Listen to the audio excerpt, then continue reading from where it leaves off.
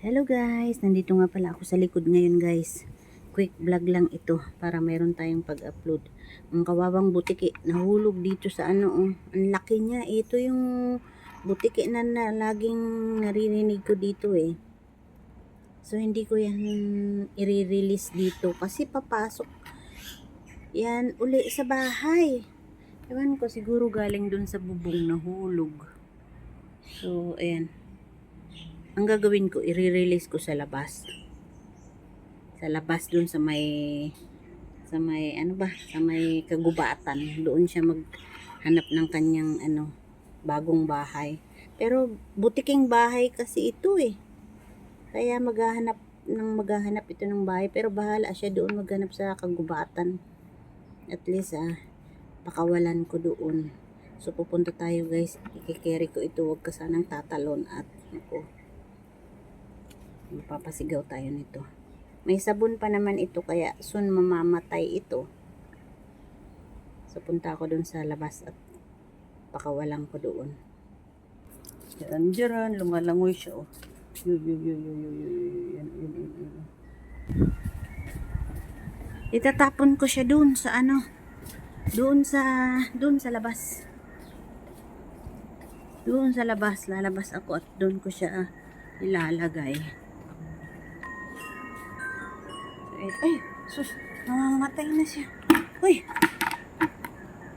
Buhay pa. Wait lang guys. Pang butiki. Pinang content pero i-release ko siya doon sa doon sa bukid. Sa forest. Nakatihaya na siya. Doon ko siya ilalagay. Doon. Siya nga pala guys, meron akong papaya dito.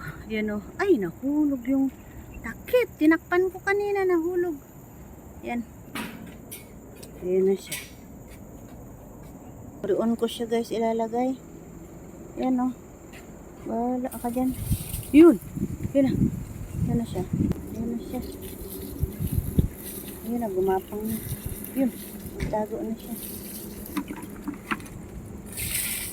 Yun siya dyan, maghanap siya kung maraming dito guys eh. Meron ba ditong bayawak? Doon o. Ayun na nga yung bayawak. Ayun, nakita ko na yung bayawak guys. Nakita nyo yun? Wait. So yung papaya, ayan.